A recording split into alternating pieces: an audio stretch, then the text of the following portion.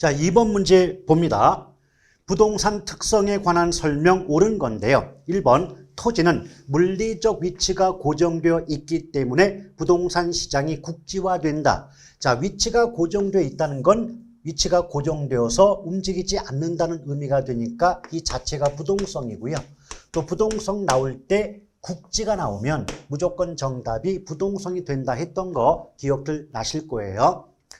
자, 그래서 2번의 정답은 1번이 되겠고, 나머지 볼게요. 토지는 생산 요소와 자본의 성격을 가지고 있지만 소비재의 성격은 가지고 있지 않다. 소비재의 성격도 가지고 있는 거죠. 그래서 우리가 경제적 개념의 부동산 구분할 때도 자자생소품이었죠. 그때 소가 뭐였습니까? 소비재의 해당이 된다라고 배웠던 기억 나시지 않습니까? 자, 3번 볼게요. 토지는 개별성으로 인하여 용도적 관점에서도 공급을 늘릴 수 있다 했는데, 용도적 관점에서 공급을 늘릴 수 있다. 그 말은 용도적 공급이 가능하다는 뜻이에요.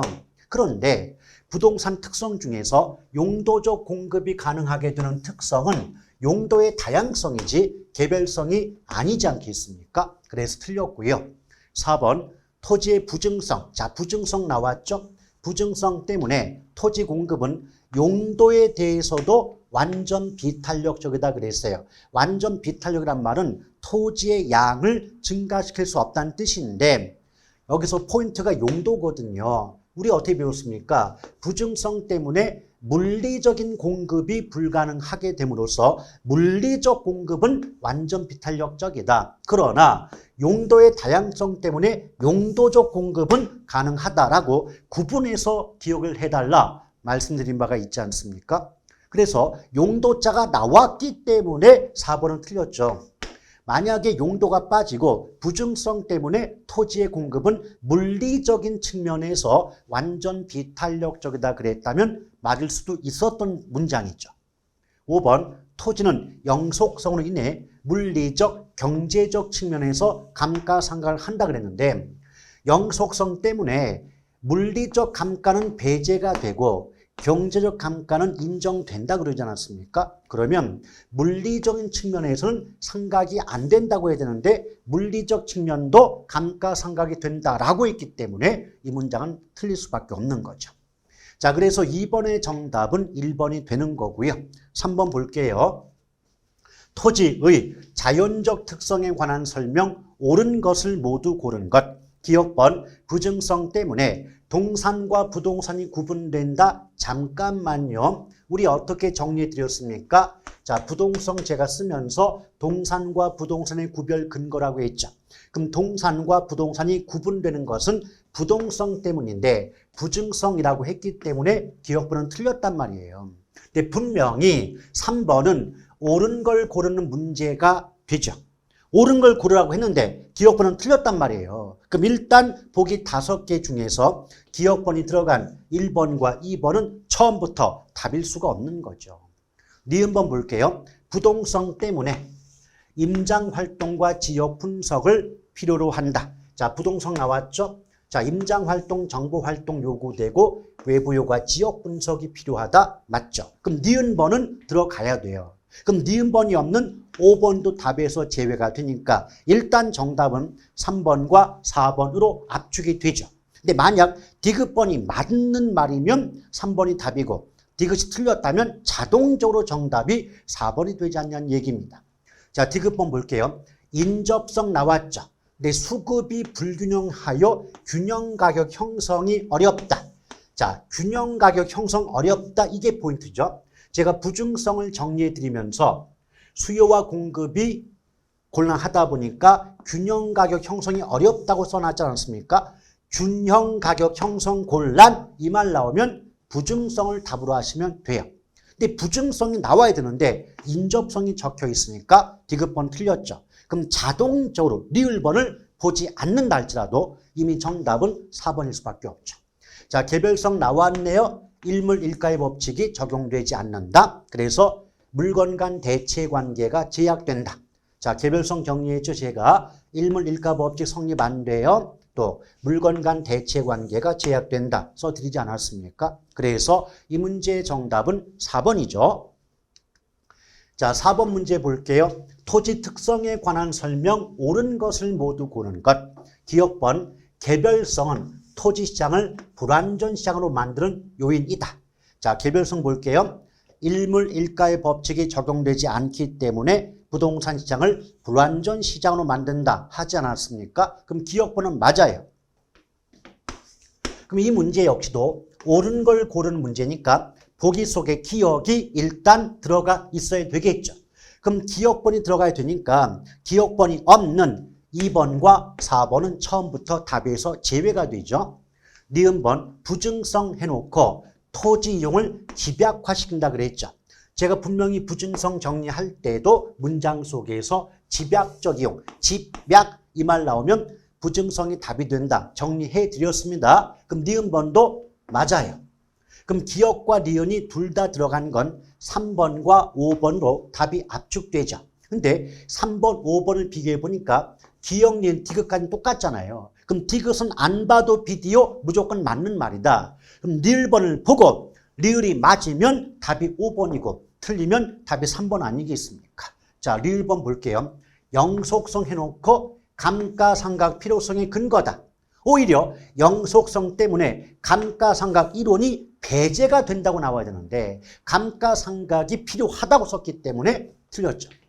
그럼 리을번은 틀렸으니까 정답은 몇 번이다? 3번에 해당이 된다라고 볼 수가 있겠습니다. 자, 5번 볼게요. 토지의 자연적 특성 중 다음 설명과 모두 관련 있는 걸 골라봐라. 첫 번째, 관리의 의의를 크게 한다. 여기 보세요. 제가 영속성 정리할 때 관리의 의의라는 말 써드렸고 또 두 번째 문장에서 뭐 장기 투자, 세 번째 문장에서 장기적 배려 나와 있지 않습니까? 저 관리의 의의라는 말 나오거나 장기라는 말이 붙게 되면 특성은 영속성을 답으로 하시면 되겠죠. 따라서 이 문제의 정답은 3번에 해당이 됩니다. 자, 6번 볼게요. 토지의 자연적 특성 중 다음 설명에 모두 관련 있는 거 그랬죠. 또 나왔네요. 집약이라는 말이 나오는 그 순간 이미 정답은 무슨 성? 부증성이 되는 거죠. 그래서 이 문제의 정답 2번이 되겠고 7번 볼게요. 토지의 자연적 특성으로 인해 발생되는 부동산 활동과 현상에 관한 설명 틀린 것은 1번 토지의 부증성은 지대 또는 지가를 발생시키며 최유효 이용의 근거가 된다. 맞습니다. 이게 어떤 차이냐면요. 최유효 이용의 근거 이 말이 나온다고 할 때 이게 자연적 특성에서는 부증성을 답으로 하시면 되겠고 인문적 특성에서는 용도의 다양성을 답으로 하시면 돼요. 다시 말하면 최유효 이용의 근거가 나올 때 부증성과 용도의 다양성이 나와도 어느 것이 나와도 상관이 없다고 보시면 돼요. 자, 2번 토지의 개별성은 부동산 활동과 현상을 개별화시킨다. 제가 그랬지 않습니까? 문장 속에서 무슨 말이 나오건 간에 관계없이 개별 이 단어가 들어가게 되면 특성은 무조건 개별성이 답이 된다 했던 거 기억하셔야 돼요. 3번 토지의 부동성은 지방자치단체 운영을 위한 조세 수입의 근거가 될 수 있다. 이 말이 뭐냐면 토지의 위치가 고정되어 있다 보니까 토지는 은폐나 엄폐가 안 돼요. 그 말은 숨길 수가 없다는 거죠. 어느 날 곰돌이가 낮잠을 자고 있는데 누가 벨을 누릅니다. 띵동 땡동 누구십니까? 중구청에서 왔다 그래요. 웬일로? 선생님 알아보니까 땅을 가지고 계시던데 그 땅에 대해서 세금을 내셔야 되지 않겠습니까? 라고 찾아온다는 거죠. 이처럼 토지의 위치가 고정되어서 숨길 수가 없다 보니까 세금 부과의 대상이 됨으로써 지자체 운영을 위한 조세 수입의 근거가 된다. 이런 식의 문장이 나오게 되는 겁니다. 자, 4번 영속성 나왔죠. 영속성은 미래의 수익을 가정하고 가치를 평가하는 직접 환원법에 적용을 가능하게 한다. 맞고요. 5번 부증성 때문에 이용 전환을 통한 토지의 용도적 공급을 늘 수 없다. 계속 반복하지만 부증성 때문에 토지 물리적 공급이 불가능한 거고 용도의 다양성 때문에 용도적 공급은 가능하다. 구분하셔야 돼요. 다시 한번 부증성만 놓고 본다면 물리적 공급은 불가능하죠. 그러나 이행과 전환을 통한 창조적 이용, 다시 말하면 용도의 전환을 통한 용도적 공급은 용도의 다양성 때문에 가능하게 된다. 구분하셔야 됩니다. 그래서 7번의 정답은 5번에 해당이 되는 거고요. 자, 8번 봅니다. 토지의 자연적 특성 중 영속성에 관한 설명, 옳은 것을 모두 고르는 것. 기억번, 토지의 집약적 이용과 토지 부족 문제의 근거. 계속 반복되는데 집약, 이 말이 붙는다. 그리고 왜 토지가 부족해질까요? 땅이 생산되지 않기 때문에 시간이 갈수록 땅이 부족해질 수밖에 없겠죠. 그래서 제가 앞에서 뭐 정리했어요? 부증성 때문에 어떻다? 집약적 이용이 이루어지고 토지 부족을 비롯한 각종 부동산 문제의 근본적인 원인이 된다고 했던 거 기억나시지 않습니까?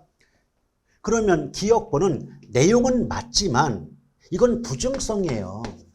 그런데 물어본 게, 문제에서 물어본 게 영속성 물어본 거 아닙니까? 그렇죠. 따라서 기억번은 해당 사항이 없네요. 그럼 일단 보기 5개 중에 기억번이 들어간 1번, 3번, 4번은 처음부터 답일 수가 없다는 거죠. 그럼 결국 2번과 5번 압축되는데 2번, 5번의 교집합 공통점이 니은과 미음이에요. 그럼 안 봐도 니은과 미음은 무조건 영속성과 관계가 있다는 의미 아닙니까? 그러면 디귿을 보고 디귿이 영속성과 관계가 있다면 5번이 답일 거고 디귿이 영속성과 관계가 없다면 2번이 답 아니겠습니까? 자, 디귿번 볼게요. 부동산 활동을 임장활동, 지역분석, 이거 전형적인 부동성 아니에요? 칠판 보실까요? 자, 부동성 정리할 때 임장활동, 지역분석 전형적이죠? 그럼 디귿번은 내용이 틀린 게 아니라 문제가 물어본 건 영속성 물어봤는데 디귿번 내용은 부동성 내용 아니야 말이죠. 그럼 디귿번이 들어간 5번이 제외가 되면 자동적으로 정답 몇 번이다? 2번이다. 답은 알았지만 나머지도 가볍게 볼게요. 일단 리을번, 벌써 일물일가의 법칙이 배제된다. 상품 간 대체가 제약된다. 이거 개별성이잖아요.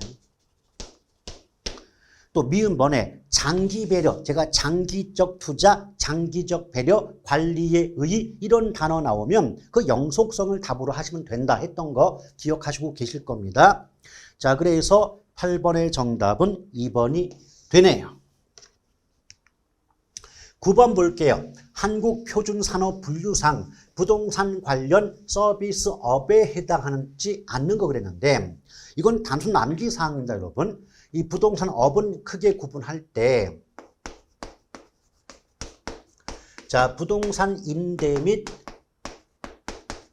공급업과 부동산 관련 서비스업으로 구분이 돼요. 서비스업으로 구분이 된다.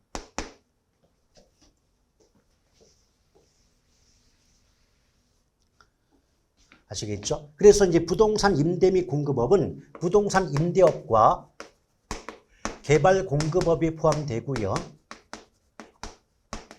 또 부동산 관련 서비스업에는 부동산 관리업, 중개, 자문, 감정평가업 등이 포함이 된다라고 구분하시면 돼요.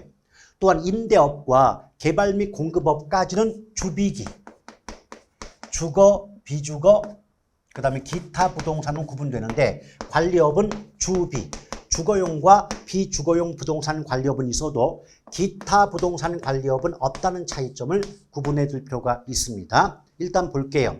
지금 부동산 관련 서비스업이 아닌 거니까 이 부분이 아닌 걸 골라보라는 얘기죠. 그럼 투자 자문업 나왔고요. 그 다음에 관리업 나왔죠. 중개 및 대리업 나왔고 그 다음에 잠깐 4번 건너뛰고 또 관리업 나왔어요. 관리업, 중개, 자문, 그리고 감정평가업 등은 관련 서비스업에 포함되지만 개발 및 공급업은 관련 서비스업이 아니겠죠. 그래서 9번의 정답은 4번에 해당이 됩니다. 자, 이제 드디어 부동산학 강론. 여기부터 이제 굉장히 어려운 대목이죠. 더불어 특히나 부동산 경제론 파트는 그 자체로 5문제에서 6문제까지 출제가 되고 있고, 또한 경제론의 내용을 이해할 수 없다면 그 나머지 뒤의 내용도 이해가 되지 않기 때문에 상당히 중요한 대목이 아닐 수가 없다는 거 다시 한번 강조를 드리고 싶습니다. 그러나 크게 부담 갖지 마세요. 어차피 해보고 다시 한번 반복하다 보면 어느 순간에 이해가 되고 머릿속에 개념이 잡힐 수가 있다는 거 용기 잃지 마시고 화이팅 하시길 바랍니다. 자, 부동산 경제론이죠. 자, 첫 번째 수요와 공급의 기본 개념인데, 여러분 수요 공급을 살피실 때 가장 먼저 어떤 걸 개념을 잡아야 되냐면, 무조건 문장 속에 수요 이 말이 나오면 어떤 물건을 사는 쪽 입장이라고 보시고요. 또 공급이란 말 나오면 파는 쪽 입장이라고 보고 문장을 해석해 놓고 문제를 풀어내시면 상당히 쉽게 정답을 구할 수 있지 않을까 생각이 들고요. 또한 항상 이제 사는 쪽과 파는 쪽이 모여서 거래가 이루어진다고 볼 수 있지 않겠습니까? 맞죠? 그래서 기본적인 체계가 수요가 있다면 반드시 공급이 나와요. 제가 몇 가지 얘기해 볼게요. 예컨대 수요량이 있다면 공급량도 있겠죠. 또 수요 가격이 있다면 공급 가격이 나올 수밖에 없는 거고, 수요 법칙이 있다면 공급 법칙, 수요 곡선이 있다면 공급 곡선도 있을 수밖에 없지 않겠습니까? 이런 기본적인 체계와 뼈대를 잡아놓고 살을 붙여나갈 필요가 있다는 거죠. 일단 수요와 공급은 둘 다 사전적 개념이에요. 그래서 인간 생활에 필요한 재화와 용역 등을 일정 기간 동안 재화와 용역을 무엇하고자 하는 의사 또는 욕구를 말한다, 이렇게 정의할 수가 있겠죠. 근데 제가 묶어서 얘기하고 있는 건 뭐냐면, 사는 쪽과 파는 쪽 입장만 다를 뿐이지 기본적인 개념이나 문장 구조가 똑같기 때문에 굳이 따로 떼어놓고 보실 필요가 없다는 겁니다. 그럼 이 가로 속에 들어갈 말이 뭐냐? 어차피 수요는 사는 쪽 입장이니까 무엇인가를 산다는 말이 나올 수밖에 없는 거겠죠. 또 공급은 파는 쪽 입장이기 때문에 판다는 말이 나올 수밖에 없겠습니다. 그래서 수요란 일정 기간 동안 재화와 용역을 구매하고자 하는 의사 또는 욕구죠. 근데 구매하고자 한다는 건 이미 샀다의 뜻이 아니라 앞으로 사려고 한다는 것을 의미하기 때문에 수요 공급 둘 다 사전적 개념임을 알 수가 있는 거고요. 더불어 일정 기간도 나왔죠. 우리 경제학에서는 일정 기간을 정해 놓았을 때 어떤 값을 구할 수 있는 경우를 유량이라고 부르자고 약속을 하고 있다는 겁니다. 그래서 기간차가 붙었기 때문에 수요 공급은 둘 다 유량 개념에 해당된다. 영어로 FLOW, 플로우의 개념이라고 볼 수가 있을 겁니다. 아시겠죠? 그럼 당연히 수요량도 앞으로 구매할 의사가 있는 양이지 이미 구입한 양이 아니죠. 이미 구입한 양이 아니다. 마찬가지예요. 공급량도 앞으로 판매할 의사가 있는 양일 뿐이지 이미 매도한, 즉 팔아먹은 양의 뜻은 아니지 않느냐, 조심하시길 바라겠고요. 또 수요와 공급을 막론하고 반드시 유효수요, 유효 공급이어야 한다는 거죠. 여기서 포인트가 바로 유효인데요. 유효라는 말은 뭐뭐할 능력이 있다는 의미를 담고 있습니다. 그래서 예컨대 유효 수요는 사고 싶은 마음뿐 아니라 그 물건을 살 수 있는 능력까지 갖추었을 때 유효 수요가 되고요. 당연히 유효 공급도 단순히 어떤 물건을 팔아먹을 생각이 있을 뿐 아니라 그 물건을 판매할 능력까지 있을 때 우린 유효 공급이라고 보시면 돼요. 특히나 사고는 싶은데 살 능력이 없다, 돈이 없다, 집을 능력이 없다, 이런 경우를 잠재적 수요 또는 예비적 수요라고 말을 하고요. 잠재 수요 또는 예비적 수요는 부동산 수요에 포함되지 않는다는 점도 아울러 기억해 줄 필요가 있겠습니다. 그 다음에 유량이 나온다면 절량자가 있죠. 자, 유량이 일정 기간 동안 무엇하고자 하는 양이 유량이라면 일정 시점에서 존재하는 양이 저량이에요. 저량은 영어로 스톡이라고도 하죠. 일단 첫 번째 표현상 기간자 붙으면 유량이고 시점자 나오면 저량이라는 차이점 구분해 주실 필요가 있겠습니다. 또 가끔 가다가 유량 변수와 저량 변수를 물어보는 경우 있죠. 그건 얘들은 외워둘 필요가 있는 거죠. 그래서 예컨대 저량 변수의 암기법이 뭐냐면 제자가 통부인, 그것이 저량 변수의 암기법이에요. 제자가 통부인. 그럼 재는 뭐죠? 재고, 자산, 가치 또는 가격, 통화량. 자, 부채, 인구는 모두 저량 변수에 해당된다라고 보시면 되겠고, 유량은 일정 기간 개념이기 때문에 일단 연이나 월자가 붙어 있으면 유량이죠. 예컨대 연간 소득이다, 월 급여다. 그럼 연간 소득은 1년 동안의 소득일 거고 월 급여는 한 달 동안의 급여 아니겠습니까? 이처럼 일정 기간을 의미한다면 유량 개념에 해당하겠죠. 그래서 예컨대 뭐 순영업 소득이라든지 뭐 신규 신축 이런 표현 나오거나 또 뭐 월급여, 임금, 또 인구 변동분. 한 가지 조심할 게 뭐냐면 그냥 인구까지만 나오면 저량이지만 인구 뒤에 변동분자가 붙으면 유량 개념이라는 점을 반드시 알아두실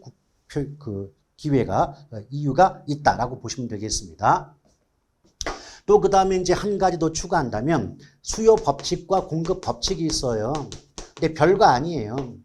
수요는 사는 쪽 입장 그랬죠. 그럼 사는 쪽 입장에서 내가 사고 싶은 물건의 가격이 올랐다.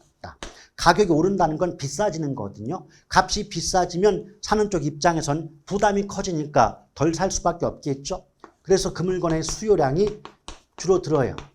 반대로 값이 하락한다. 이 말은 싸진다. 값이 싸지면 때는 이때다 싶으니까 더 많이 사려고 하기 때문에 수요량이 증가한다는 겁니다.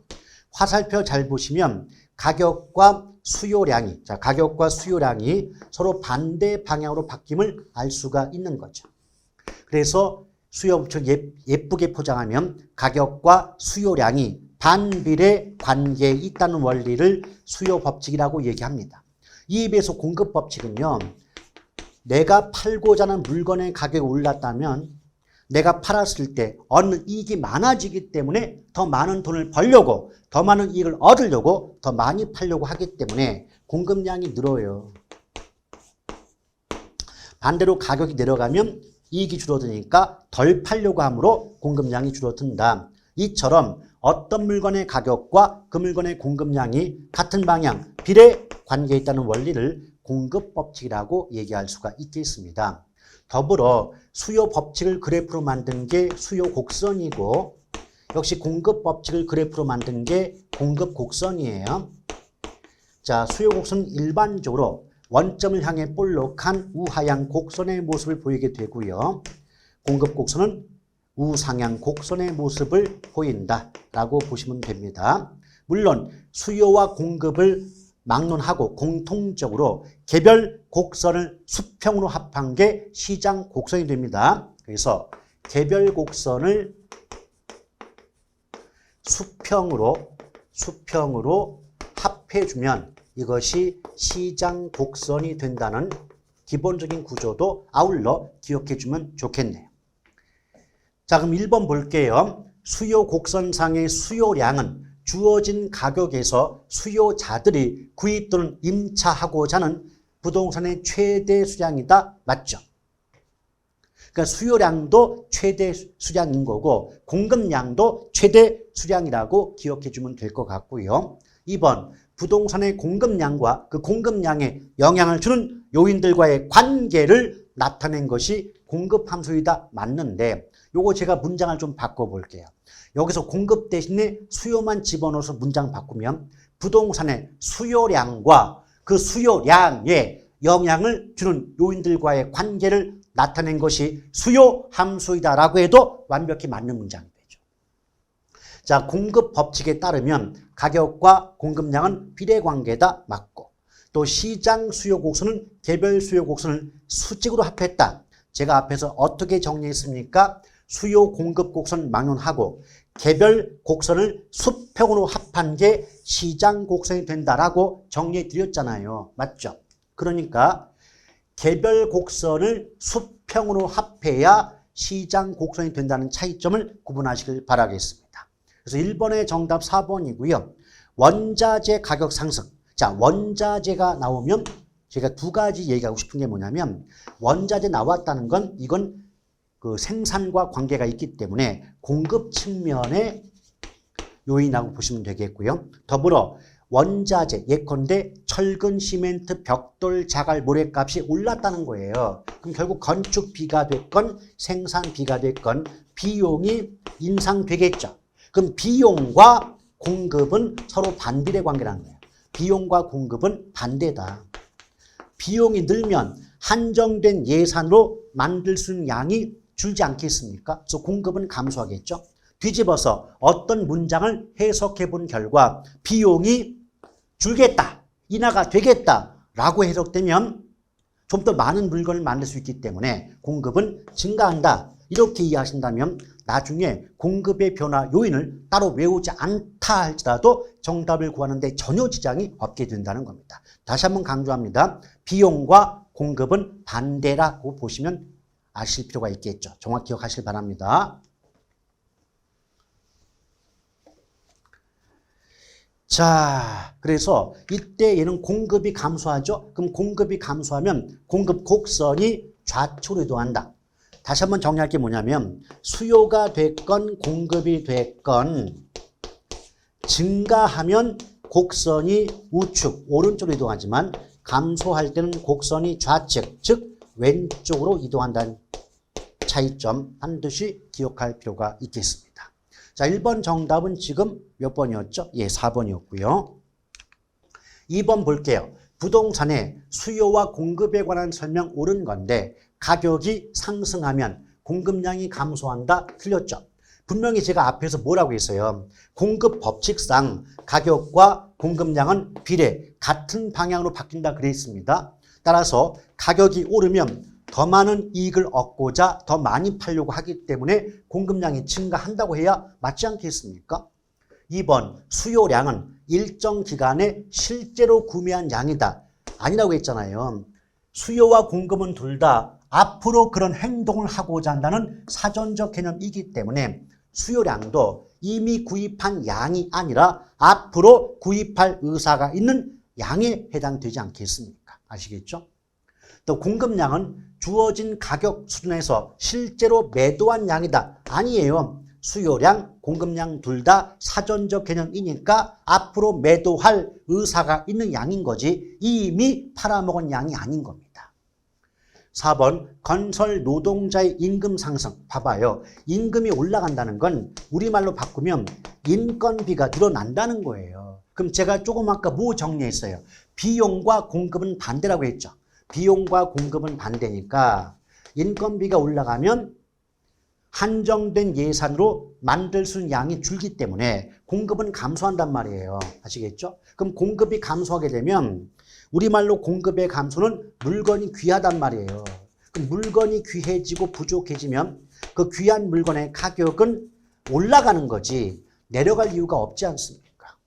그럼 답이 5번인데 가격 이외에 다른 요인이 수요량을 변화시키면 가격 아닌 다른 원인 때문에 양이 바뀌죠. 그럴 때는 수요의 변화라고 하고 이 부분을 묶으면 이는 수요의 변화가 되고요. 자, 수요의 변화, 공급의 변화처럼 양자가 빠졌다. 양자가 빠질 때는 곡선 자체가 이동해요. 그래서 곡선이 왼쪽 또는 오른쪽으로 이동한다. 라고 나오지 않습니까? 이 점 조심하셔야 돼요. 양자가 빠지면 곡선 자체가 이동하는 거고 양자가 붙으면 곡선 상이동이란 말이 나옵니다.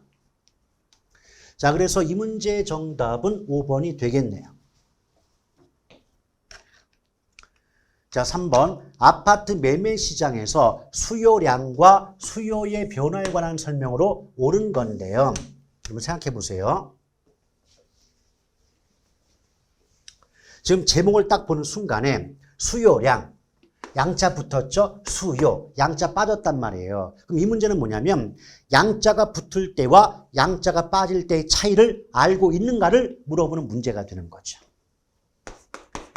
자, 수요량의 변화가 있다면 당연히 공급량의 변화도 있는 거고요. 마찬가지예요. 수요의 변화가 있다면 당연히 공급의 변화도 있게 되지 않겠습니까? 맞죠?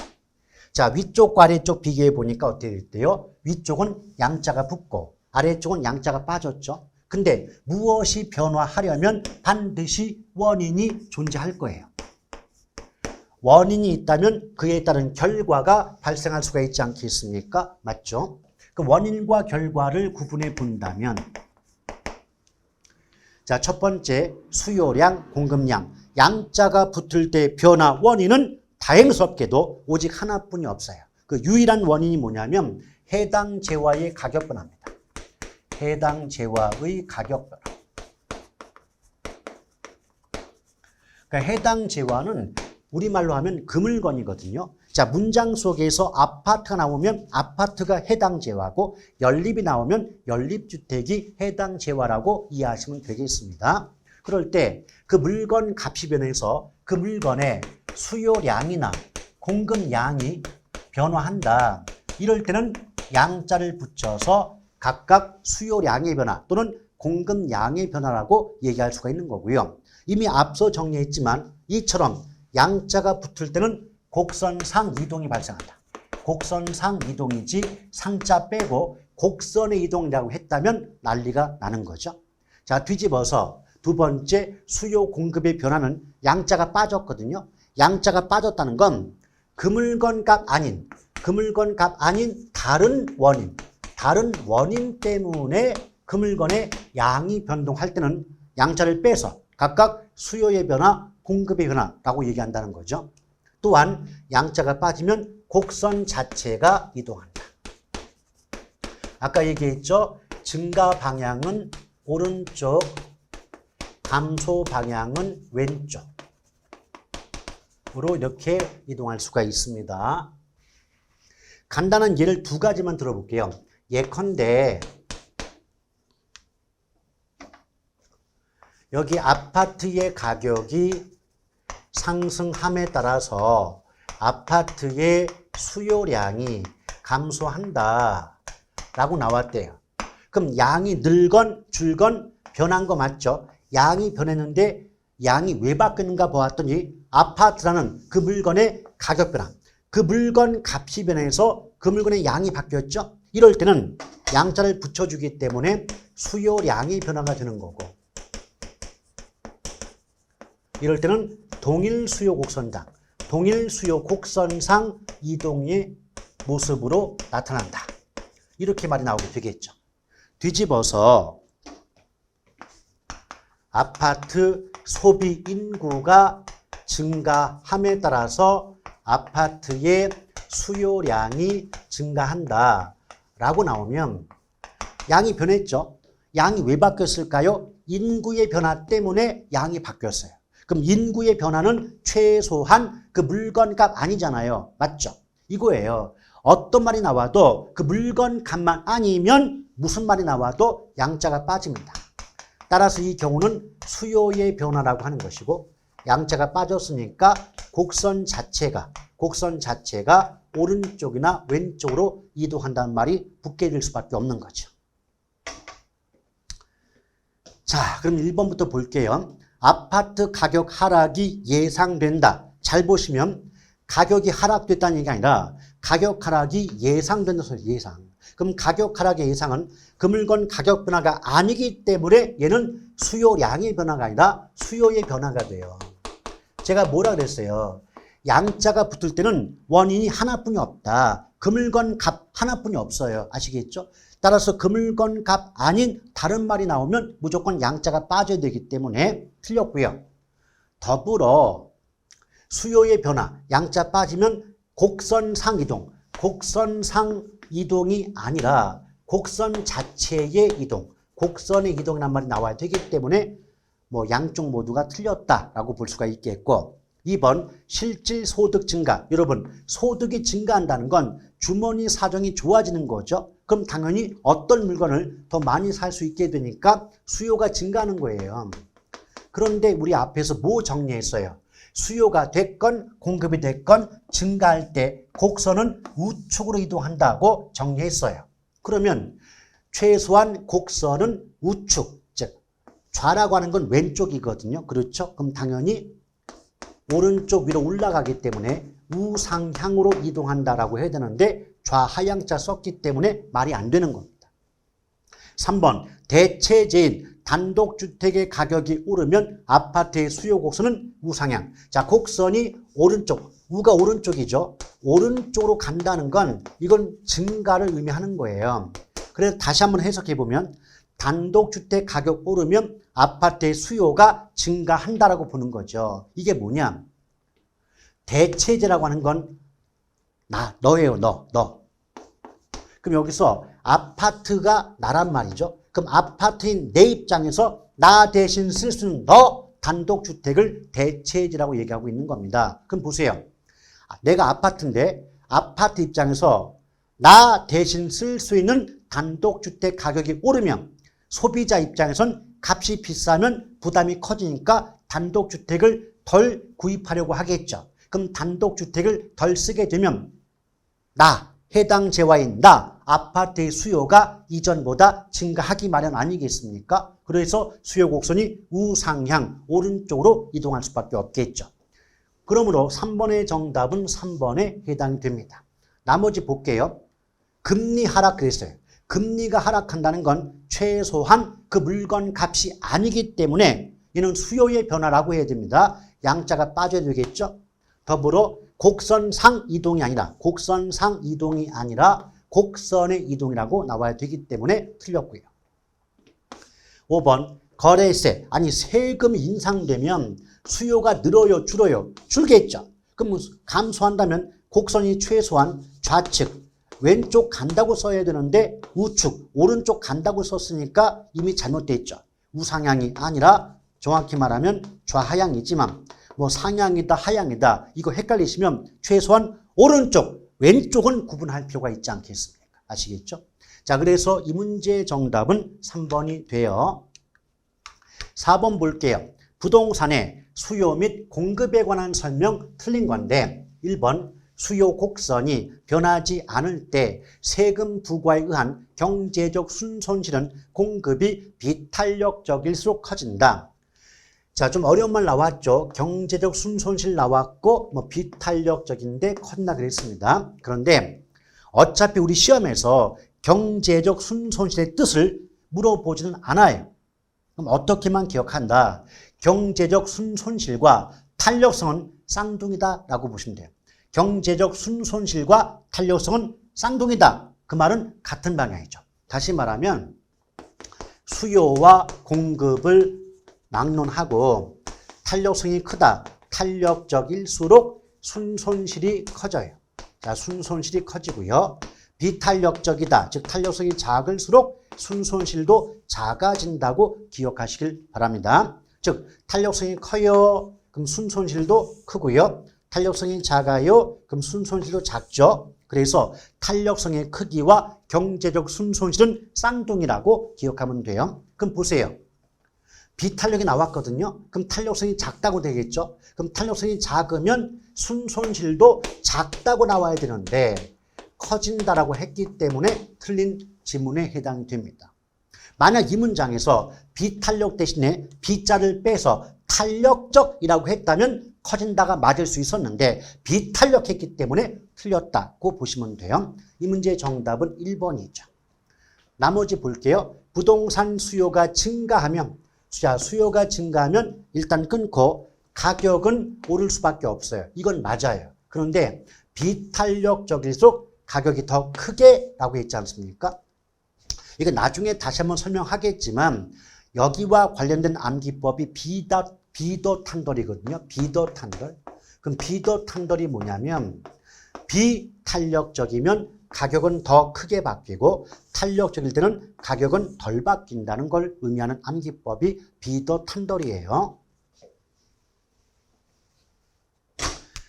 자, 그랬을 때 수요가 됐건 공급이 됐건 자, 비탄력 나왔어요. 비탄력이 나오면 반드시 가격은 더 크게 변동한다고 나와야 됩니다. 더 크게 변동하니까 가격이 올라도 더 오르고 내려도 더 내린다는 말이 나올 수밖에 없거든요. 그래서 암기법이 비탄력이면 가격은 더, 비가 더, 이게 암기법인데 줄여서 비더라고 얘기합니다. 뒤집어서 이제 수요 공급을 막론하고 탄력적이다. 탄력적이면 가격은 상승하건 하락하건 덜 변동하는 거죠. 가격의 변동폭이 작기 때문에 덜 변동합니다. 그럼 올라도 덜 오르고 내려도 덜 내리게 된다는 거죠. 그럼 보세요. 수요 공급이 중요한 게 아니에요. 탄력성 크기가 중요한 겁니다. 그래서 탄력적일수록 가격은 덜 바뀌어요. 그렇죠? 그래서 비가 더 탄가 덜인데 축약하면 비 더 탄 덜이 되는 거죠. 아시겠죠? 비 더 탄 덜. 그럼 이걸 응용 다시 한번 해볼게요. 여기 보시면 비탄력 나왔죠? 비탄력이니까 가격은 올라도 더, 내려도 더가 되겠죠. 비더가 되니까요. 3번 용도 변경을 제한하는 법규가 강화될수록 공급은 이전에 비해 비탄력적이 된다. 자, 용도 변경을 제한하는 법규가 강화된다는 건 용도 전환이 쉽다 어렵다. 용도 전환이 어렵게 되겠죠. 그럼 용도 전환이 곤란해질수록 바로바로 용도 전환 안 되니까 이때 공급이 비탄력적이 된다라고 하는데 이런 부분은 지금 요 파트는 균형 수요 공급의 기본 파트니까 나중에 탄력성 들어갈 때 다시 한번 가볍게 정리하는 시간을 가져보도록 할게요. 자, 수요와 공급이 모두 증가하죠. 이때 균형 가격이 오르냐 내리냐 그 상승 여부는 수요 공급의 증가 폭에 의해 결정되고 균형량은 증가한다. 맞죠? 일단 해석 방법이 뭐냐면 사는 쪽과 파는 쪽이 모두 늘잖아요. 그 무조건 균형량은 늘어나는 거죠. 늘어나니까. 왜? 사는 쪽과 파는 쪽이 증가한다면 균형량, 즉 거래량은 증가할 수밖에 없는 거죠. 오케이? 근데 균형 가격이 오르냐, 내리냐, 이것은 수요와 공급이 어느 쪽이 얼만큼 더 크게 증가하느냐, 작게 증가하느냐에 따라서 달라지는 건데 이 부분에 대한 내용 설명도 조금 있다가 균형 파트 들어가서 자세하게 살펴보도록 하겠습니다. 자, 그리고 이제 수요 곡선상 수요량은 주어진 가격 수준에서 구매 의사와 구매 능력에 있는 수요자, 즉 유효 수요자가 구매하고자 하는 최대 수량을 의미한다. 이 정도는 알고 가셔야 되겠죠. 자, 어찌됐든 간에 4번의 정답은 1번이라고 보시면 돼요. 5번 부동산 수요 및 공급에 관한 설명 틀린 건데 1번 아파트와 단독주택의 관계가 대체제, 자 포인트가 대체제입니다. 라고 가정할 때 아파트의 가격이 상승하면 여러분 문제 푸실 때 어떤 요령을 익힐 필요가 있냐면 상승이다, 증가다 이 말 나오면 화살표 위로 그리시고요. 뭐 하락한다, 감소한다 이 말 나오면 화살표 내리는 거 이게 요령 중에 하나입니다. 왜냐하면 우리가 문장 해석할 때요. 상승, 하락, 증가, 감소가 몇 번씩 반복되잖아요. 그럼 나중에는 어디가 올랐는지 또 줄었는지 구분이 안 돼요. 근데 화살표를 그려놓게 되면 아 올랐구나, 내렸구나가 확실히 구분되기 때문에 정답 구할 때 어려움이 줄어듭니다. 그럼 보세요. 아파트 가격이 오른단 말이에요. 그랬더니 단독주택의 수요가 증가해요. 그래서 가격이 오른다. 자, 일단 끊어서 볼게요. 우리 대체제, 보완제 배우실 때 말이죠. 대체제와 관련된 암기법이 뭐였죠? 대가수비였어요. 그럼 대가수비가 어떤 암기법이에요? 대체제는 가격과 수요량이 비례 관계에 있다는 원리가 그 암기법이 대가수비가 돼요. 이게 뭐냐면 생각해 보세요. 1번을 해석해 보면 아파트와 단독주택 물건이 두 가지가 있는데 상호 대체 관계에 있다고 하는 거 아니겠습니까? 그럼 편의상 아파트를 A라는 물건, 단독주택을 B라는 물건이라고 놓고 본다면 아파트의 가격이 오른다. 생각하세요. 뭐 탄력성 이고 나발이고 뭐 어떤 물건 나오든 간에 값이 비싸지잖아요. 비싸면 덜 쓰는 거예요. 그럼 당연히 아파트의 수요량은 감소할 수밖에 없는 거죠. 오케이? 그럼 아파트 값 비싸서 구하기 어렵다면 아파트보다 상대적으로 값이 싼 연립을 더 많이 구입하려고 하지 않겠습니까? 맞죠? 그럼 당연히 연립주택의 수요가 증가하고, 수요가 증가한다는 건 우리말로 바꾸면 인기 짱이에요. 인기가 높다는 거죠. 그럼 인기가 높은 물건은 그 물건의 가격이 올라갈까요? 떨어질까요? 올라가겠죠. 가격이 상승합니다. 그럼 바로 이건 얘기죠. 양쪽이 대체제니까 한쪽 물건의 가격이 오르면 다른 쪽 물건의 수요가 증가한다는 거예요. 오케이? 따라서 가격과 수요가 같은 방향으로 바뀐다는 건 이해되시죠? 이 점 때문에 대가수비, 대체제는 가격과 수요가 비례 같은 방향으로 바뀐다 이 말이고, 수요가 증가한다는 건 인기가 높아지고, 인기 높은 물건은 너도 나도 찾기 때문에 가격이 상승하겠죠. 이겁니다. 그래서 다시 한번, 자, 가격이 올랐어요. 그랬더니 수요가 늘었어요. 왜? 대체제이니까.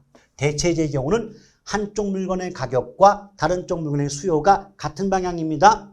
더불어 수요가 증가한다는 건 인기가 높아지는 거니까 가격이 올라간다. 맞는 말이죠. 2번, 건축 기자재 가격이 상승하더라도, 다시 말하면 원자재 가격이 올라가니까 건축비가 올라가요. 건축 비용이 올라감에도 불구하고 가격이 변하지 않는다면 그만큼 수익이 떨어질 거 아닙니까? 그렇죠? 그럼 수익이 떨어지니까 공급은 감소하게 된다? 맞아요. 3번, 주택 가격이 상승하면 주거용지의 공급이 감소한다? 미쳤어요? 여러분 생각해봐요. 굳이 뭐 공급 수요 따져보기 전에 상식의 바탕을 두어보세요. 여러분이 주택 공급자입니다. 집값이 올라갔습니다. 그럼 집을 지어 파는 입장에선 집값이 올라간 만큼 팔았을 때 얻는 이익이 많아져요? 줄어들어요? 많아지죠? 그럼 주택의 공급을 늘리겠습니까? 줄이겠습니까? 늘리겠죠. 그럼 주택을 지어서 공급하려면 땅이 필요할 거 아니에요. 그럼 당연히 주거용지의 공급도 증가할 수밖에 없는 거죠. 그래서 이 문제의 정답은 3번이 되고요. 자, 완전 4번 같은 경제학의 내용이니까 굳이 볼 거 없고, 또 아까 얘기했지만 부동산의 물리적 공급은 단기적으로는 쉽게 증가가 안 되니까 비탄력적이다. 옳은 표현입니다. 자, 5번의 정답은 이제 3번이었고요. 자, 6번 문제부터는 다음 시간으로 이어가도록 하겠습니다.